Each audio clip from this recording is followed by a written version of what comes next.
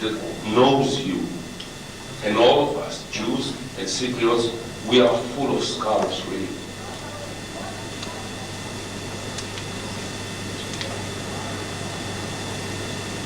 But you managed to overcome all this, and the country is thriving. And I hope that the cooperation will continue. We learn from you, you learn from us, and just a last episode, and I should have just mentioned episode and not made a speech. I didn't want to run into it, but I did in spite of myself. The Intifada reached the very office of Papa 2 or 3 or 4 times. In one time there were many wounded, and he brought them to Rambam, and they got beautiful help. We saw to it that they got it, but the way the office behaved, you wouldn't believe. When they saw the bomb being thrown, they ducked. A second later, after you talked about the paratroopers, they behaved like that. Not only did they emerge, they ran after the poor fellow and caught him. So this was his response to the personal intifada in Cyprus. It looks like this kind of unpleasant exchanges are diminishing. Definitely, I believe people, all sides are becoming more civilized. So, for us, we are part of Greek mythology, Leila and Papa, and I'll conclude by saying, Evcharistopoli.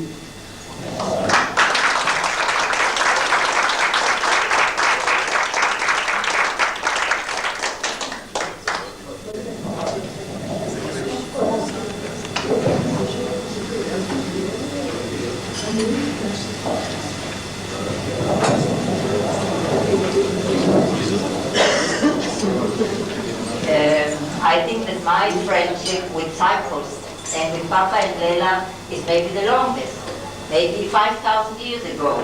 I represent here a totally different facet. I'm an archaeologist, and my love for Cyprus really is based on my subject of my expertise, trade in antiquity, interconnection, seafaring, and this started already, Zim, 4,000 years ago. I came to Cyprus with a group, and it's the only one, and the only small excavation which was ever undertaken outside of Israel. The late Professor Yadin was really, I would say, the mentor. Papa was one of the great helpers. It is a long, it's a complex history, archaeology, diplomacy, everything that is really always interconnected in this part of the world. We came to the small village of Atienu, which is now on the Greek side, but our little side, Babulatis Kukuninas, right, is in a kind of no man's land. And here I must say I was very fortunate, and the circle closed because this year I was the guest of the village, and it was really a great occasion. But just one word really for the history of our first meeting with Papa. The putting up of a camp in a small village in Cyprus to bring a group of Israelis who were 25 to the island of Cyprus. It was a complex thing with the blessing of Makarios, the Department of Antiquities, and with you at our side. We really managed to somehow sit there, work there, and I don't want to say every problem with it. No water, no laboratories. Papa was our address. Water, no, I forgot. Water, brain, how do you say water? Nero, yes. Nero, Papa, the phone, Papa. Everything, this was our really address. And after this big angle, and it was really one of the most successful small excavation, but extremely important. It was a landmark in learning, and we talk about Philohellenes. This was a small site, an inland site in Cyprus, but I think it was a kind of microcosmos of this island, because it was a site where you had a history of Cyprus at its height, when it had an interconnection between the east and the west. It was really the bridge between these countries. It was a cultural, it was an economic bridge. And in a way, it brought the Greek and Mycenaean culture to Cyprus. It showed the history of the connection with the Aegean homeland. And I think when we brought this to life, we were extremely happy. We're very fortunate to have our exhibition later in the Israel Museum and bring all our friends from Cyprus there. And there, this again is like what happens in this part of the world, the Yom Kippur War, what happened in Cyprus. Our exhibit was here, and it was really, our book that came out eventually. And really, to close the circle, I came back to Athlenu, and I said, and Papa was translating what I was saying in English into Greek, and I think this was a very exciting and very sad thing, because we were sitting in Athlenu on the one side, we saw the border on the other side. Our site is still to be maybe re-excavated, re-studied in the future when you come and have your island united. I'm really very happy that I can bring some greetings from the past, from the interconnection in the ancient periods which continue now. To Leila and Papa, really kalos kind of thought.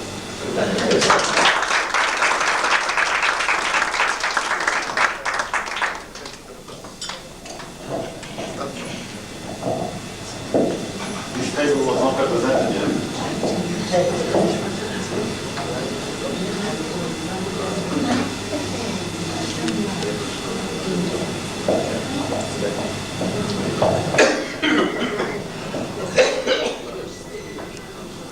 I joined ZIM in 1949. It was my first job after I left the army, having won the War of Liberation single-handed. And one of the first things I had to do was make sure that our agents all over the world handled their reports, their accounts, and everything like that correctly.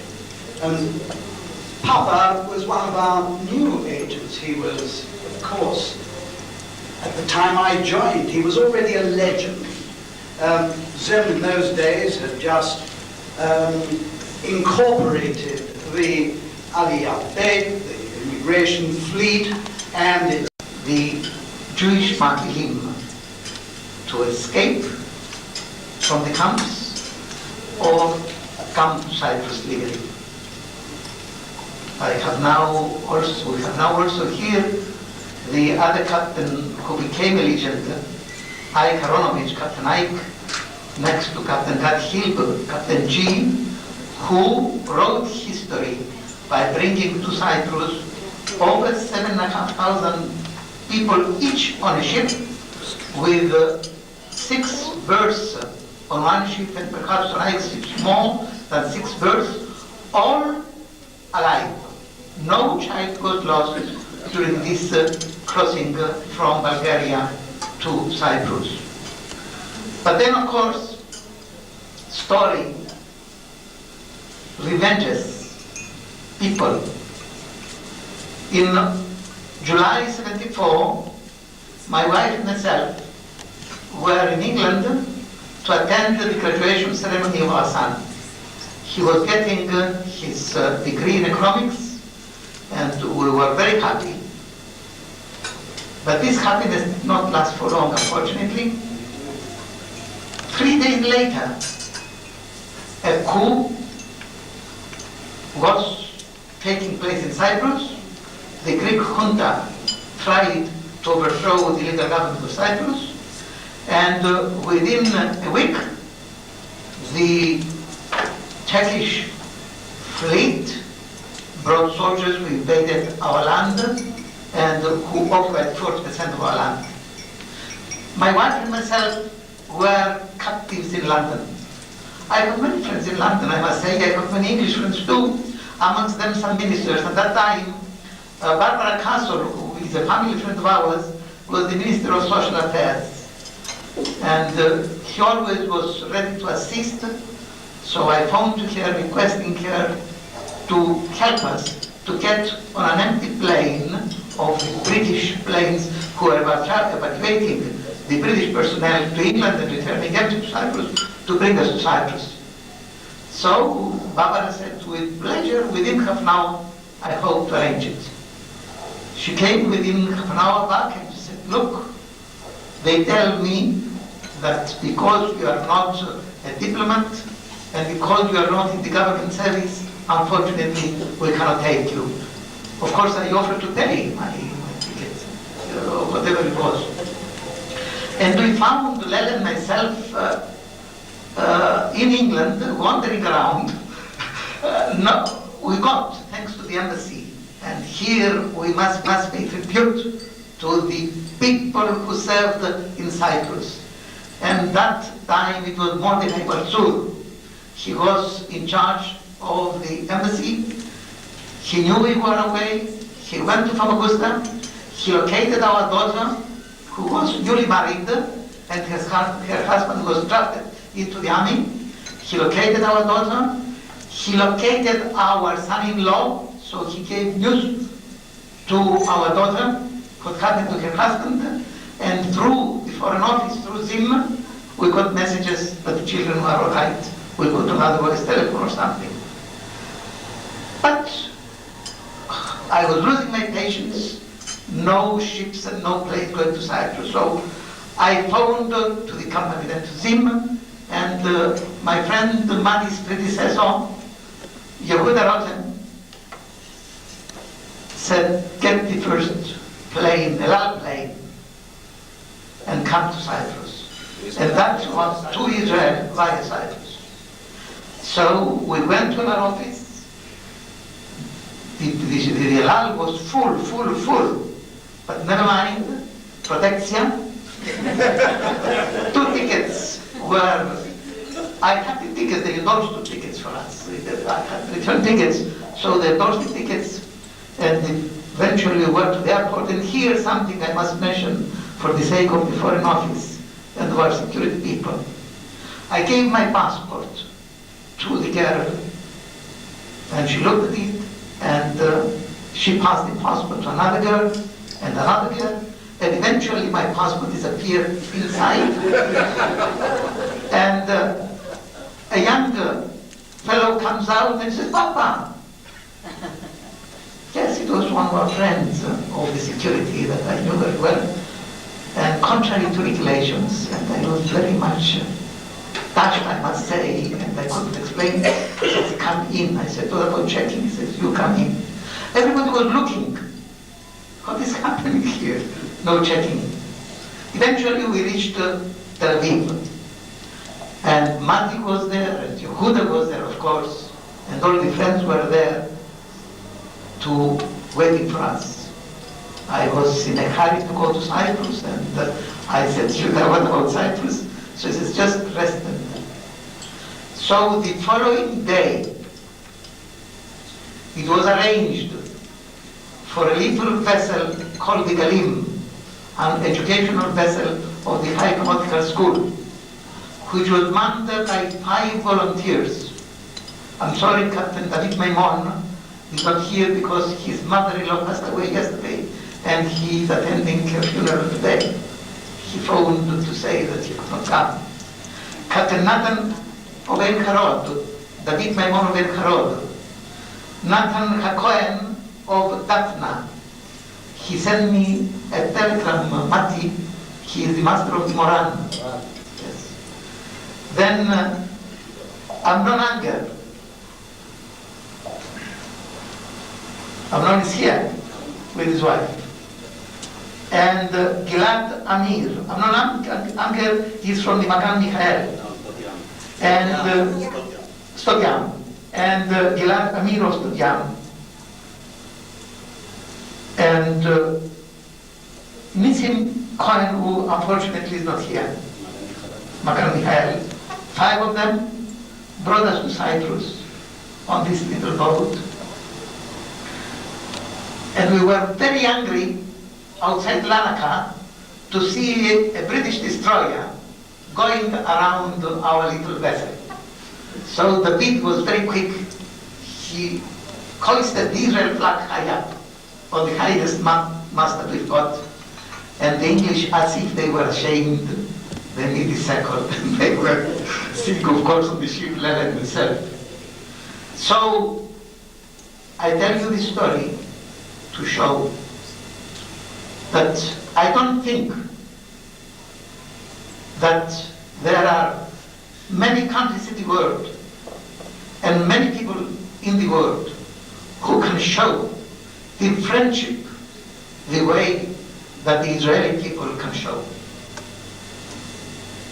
What we did, it was, as I said, a duty towards the human being. But what is being done by the Israeli people and government and nation towards us is an encouragement to serve the people, local and neighbors of whatever nationality.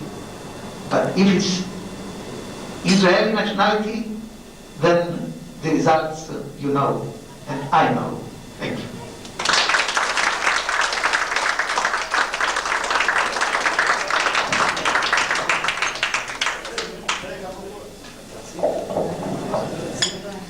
Thank you, Papa, for the kind words. I just want to remind you one thing. When you came to Israel at that time, and we were trying to find a way, an idea to get you back to Cyprus, you said, look what a funny world this is.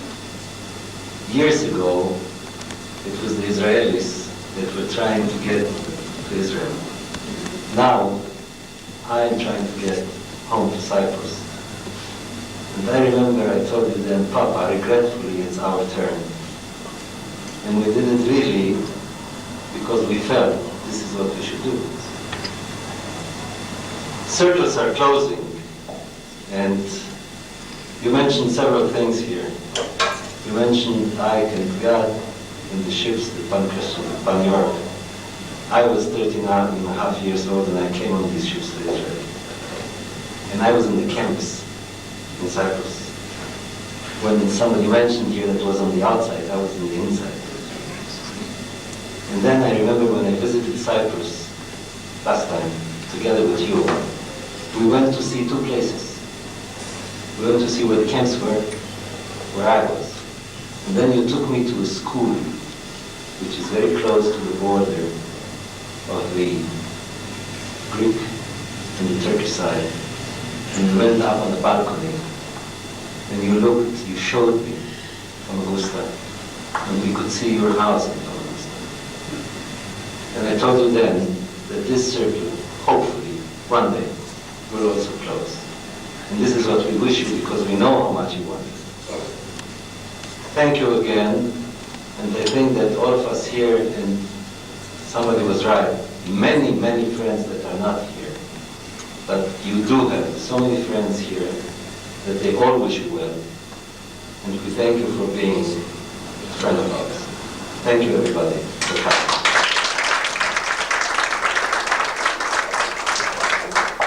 Sorry.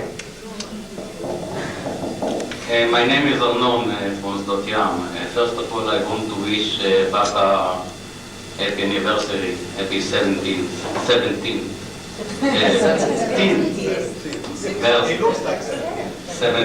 birthday.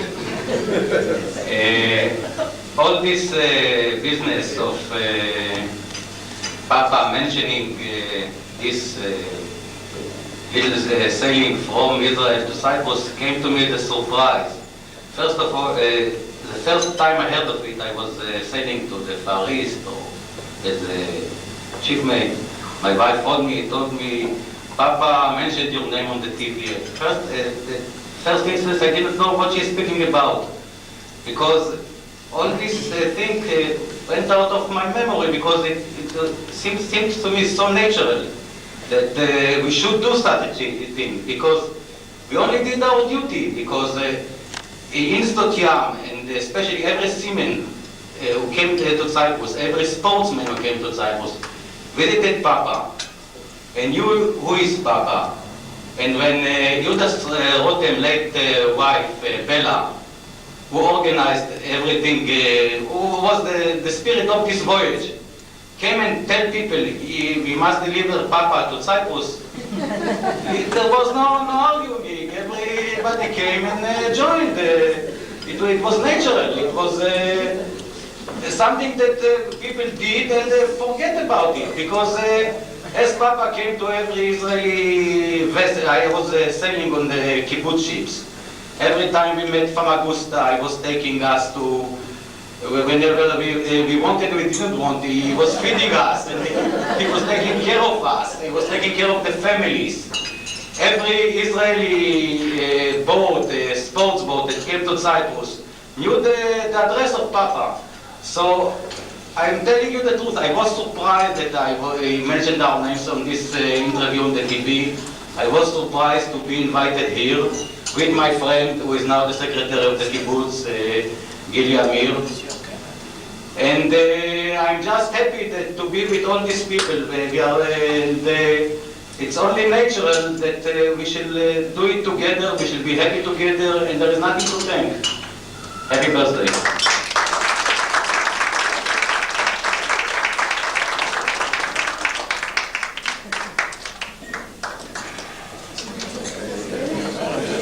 Another thing, you are invited to visit us in Slovenia.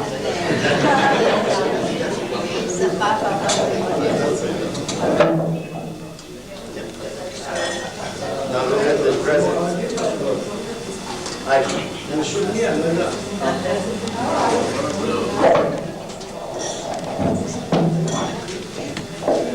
I'll speak English with our friend will understand.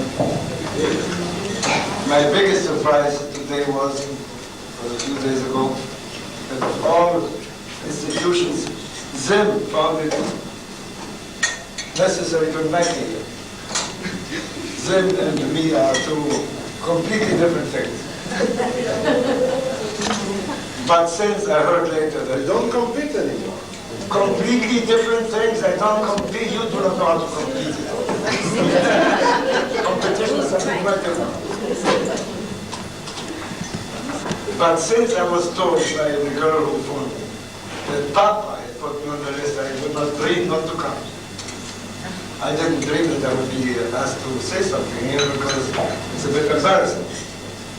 But let me try just to develop a little bit our history concerning Papa Vasilio, God, and the Mossad Aliyah, and Sfinot Gorniot, who was long before them, got in touch. Sfinot Gorniot was a company which was born and bred and had the spirit of this country. There was also something called the Sochnut, which had the big spirit of this country, but also of America and other places where many, many Jews live who cannot come here, but do not wish to come here too much until they'll be made to come, hopefully. Sfinot Gorniot was a company which brought those Jews who dared to come, although there was a British blockade. And then some other company came along called, I think, Kedem or something, and Kedem. And the great director of this company, Dr. Vidra, came together with the people that I knew from the Mossad. No doubt Vidra was much more of a professional man, a doctor not of economics, but of law. And to me it was something quite strange. It was a phenomenon. I never thought that people of that kind had to deal with our things. But we met and I had to put up with it. Later, when the state was declared, we knew what Papa had done, risking everything here, not getting a penny for it.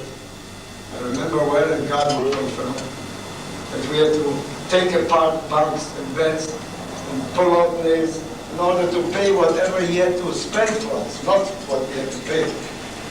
And I'm sure he spent a lot from his pocket. I never cared because when you meet a man, you know who he is. Since I was not prepared to talk here because the last place I was talking would be on the podium of Zim, I may say just what comes into my mind.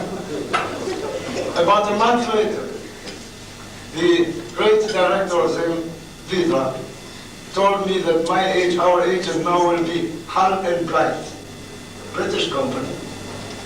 I don't know if the British ambassador is here or somebody like this. I have nothing against British individuals. I love them.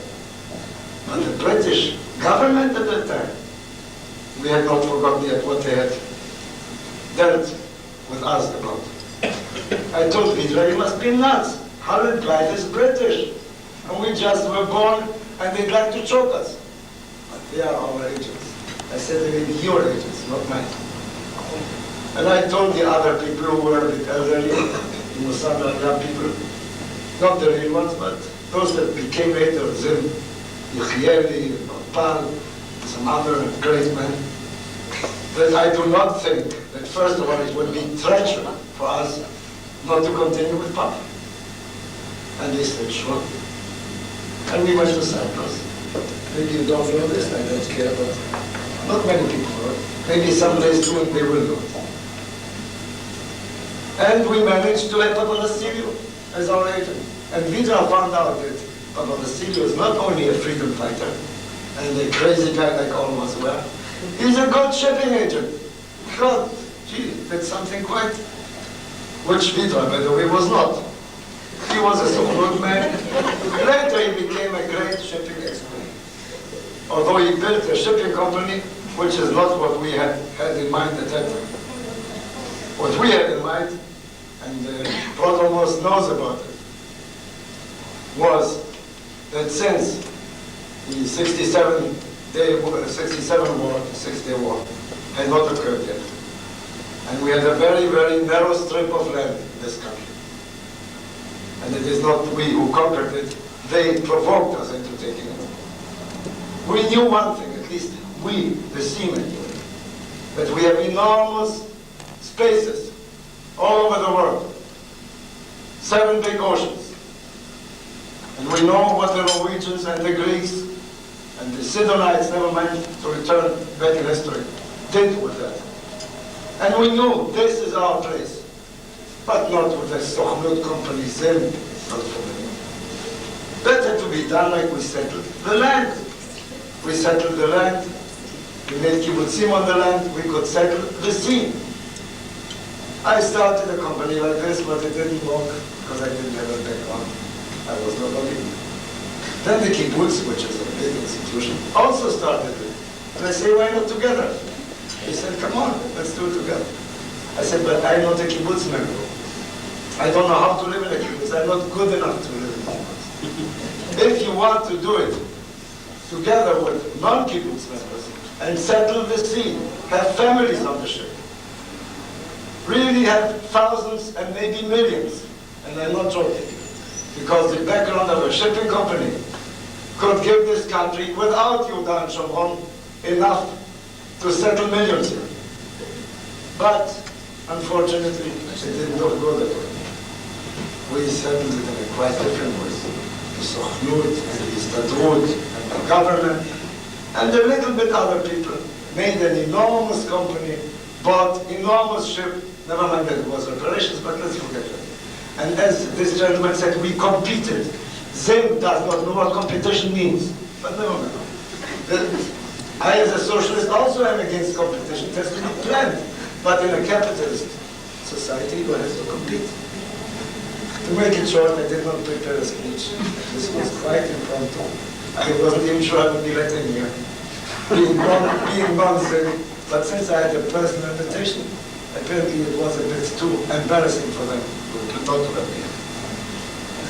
I wish that this great thing, shipping, which gave Norwegians, who are a small nation, who were once an empire, and Greeks, who were once a great empire, it gave them livelihood for millions without having to conquer Sweden or Albania or other countries. I would prefer very much if our state would be, say, from El Arish till Rosh Hanikra. I'm not a religious Jew. And we would have enormous spaces all over. But this was taken over by a former public company for which the last thing is to settle the sea. This cannot be done by a company. The kibbutzim were not a company. They were not chabod, they were not farms. They were idealists. And they knew how to do it. Stalin made agriculture where nobody else ever could do it. Maybe Zim is making profits, but that is to me not a yardstick at all. Because if we would measure these yardsticks, these profits, I happen to be an economist, we would know how they make it, but good luck to them. But what they lose is the enormous possibility of settling millions of people there by living from the sea, not by coming to an office and having a general manager or some other board of, etc., but owning this fleet, in a way as the kibbutz does. It is hard to say today how, because many of these things are past now. I'm afraid that unless we return, unless we stop and reconsider and return to the way we used to go with in 48 and in 50s, I do not know where we are going. I hope that when again we shall go, we will have allies such as Prodomos and other people who know what fighting for freedom means, except of knowing what the balance sheet means, and I happen to know that very well too. Thank you.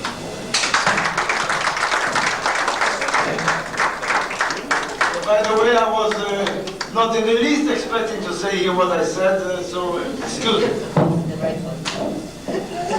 Thank you, Ike. It was really refreshing to hear new ideas. But since life and reality seems to be stronger than ideologies or dreams nowadays,